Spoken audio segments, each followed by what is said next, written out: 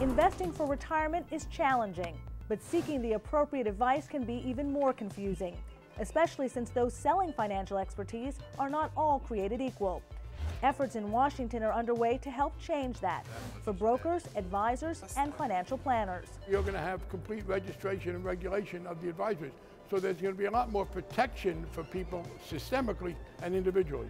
As a result of the financial reforms that have come from the Dodd-Frank Act, the Securities and Exchange Commission is considering applying a uniform standard, a fiduciary standard, to all professionals selling or advising customers on investments.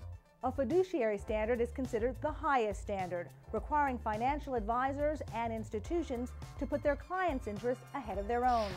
Right now, investment advisors are held to this higher standard, but not all financial planners, and broker-dealers are not fiduciaries.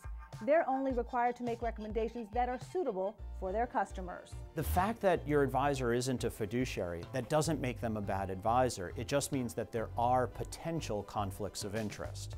You need to understand what they are and make judgments based upon that. Investment advisor Barry Glassman admits even advisors who adhere to the fiduciary standard aren't necessarily good ones. Just because your advisor is a fiduciary, it doesn't mean that all of their investment advice is going to be correct. The debate over this proposed rule is likely to continue for months. In the meantime, investors can just ask, are you a fiduciary? And if not, what are your potential conflicts of interest? And find out how they earn their money, because ultimately what's good for them may not be good for you. Sharon Epperson, CNBC Business News.